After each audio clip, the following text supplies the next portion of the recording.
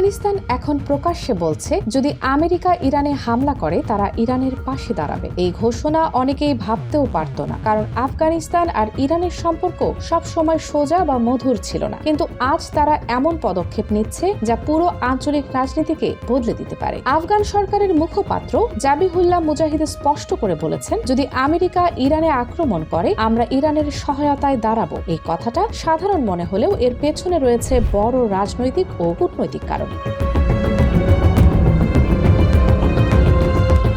Iran ও আমেরিকার সম্পর্ক বছরের পর বছর ধরে কটু। বিশেষ করে গত কয়েক মাসে পরিস্থিতি আরো খারাপ হয়েছে। সেনাবাহিনীর সংঘাত, নৌযান ও ড্রোন সংঘর্ষের মতো ঘটনা ঘটেছে। এর ফলে পুরো মধ্যপ্রাচ্যে উত্তেজনা বেড়ে গেছে। অনেক দেশ তাই নিরাপদ দূরত্ব বজায় রাখছে। কিন্তু আফগানিস্তান হঠাৎ এমন কথা বলেছে যা বিদেশি বিশ্লেষকদেরও চোখ কপালে তুলে দিয়েছে। আফগান নেতারা স্পষ্ট করেছেন তারা সরাসরি যুদ্ধ চাইছে না, কিন্তু ইরানের বিরুদ্ধে কোনো বাহ্যিক হামলার মুখে তারা সহানুভূতির হাত বাড়াবে।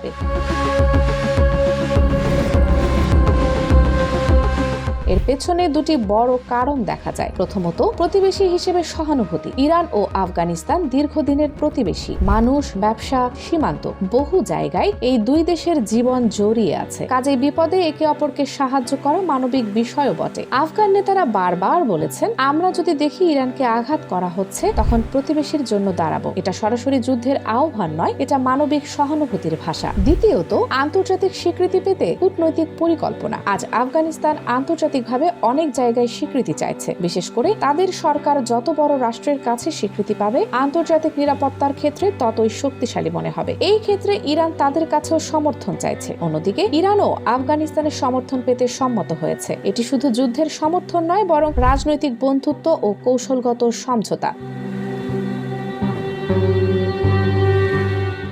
ইতিহাসও মনে করিয়ে দেয়, আফগানিস্তান এবং ইরানের সম্পর্ক সবসময় সহজ ছিল না। 1990-এর দশকে আফগানিস্তানে তালেবান যখন প্রথম সরকার গঠন করেছিল, তখন ইরান তাদের সরকারকে স্বীকৃতি দেয়নি। সেই সময়ে দুই দেশের মধ্যে টানাপোড়েন ছিল। এমনকি একসময় তালেবান ও ইরানের মধ্যে এমন ঘটনা ঘটেছিল যেখানে ইরানের কূটনৈতিক প্রতিনিধিরা আফগানিস্তানে নিহত হন। এই ঘটনার কারণে দুই দেশের সম্পর্ক আরো জটিল হয়ে উঠেছিল। তবে আজ পরিস্থিতি বদলে গেছে। পুরনো ভুল ভুলে বাস্তব কূটনৈতিক হিসেব করে আফগানিস্তান ও ইরান সম্পর্ক গড়ার পথে এগোচ্ছে। সবচেয়ে বড় প্রশ্ন হলো, এটি কি যুদ্ধের প্রস্তুতি নাকি শুধু রাজনৈতিক সমর্থন? এখানে স্পষ্ট যে আফগান সরকার সরাসরি যুদ্ধ ঘোষণা করছে না, তারা শুধু বলছে যদি কোনো বড় শক্তি ইরানের উপর হামলা চালায় তখন প্রতিবেশী হিসেবে আমরা পাশে দাঁড়াবো। এটি যুদ্ধের আহ্বান নয়, বরং রাজনৈতিক এবং মানবিক সমর্থন। এবার আন্তর্জাতিক প্রেক্ষাপট। আফগানিস্তান যদি ইরানের পাশে দাঁড়ায় তাহলে পশ্চিমা বিশ্বের জন্য এটি একটি বড় ইঙ্গিত। অন্যদিকে ইরান শক্তিশালী হলে পশ্চিমা শক্তিগুলোর প্রভাব কমে যেতে পারে। এমন পরিস্থিতিতে আমেরিকাও চিন্তিত, কারণ তাদের বৃহৎ নিরাপত্তা নীতি ও পরিকল্পনার উপর এটি সরাসরি প্রভাব ফেলতে পারে।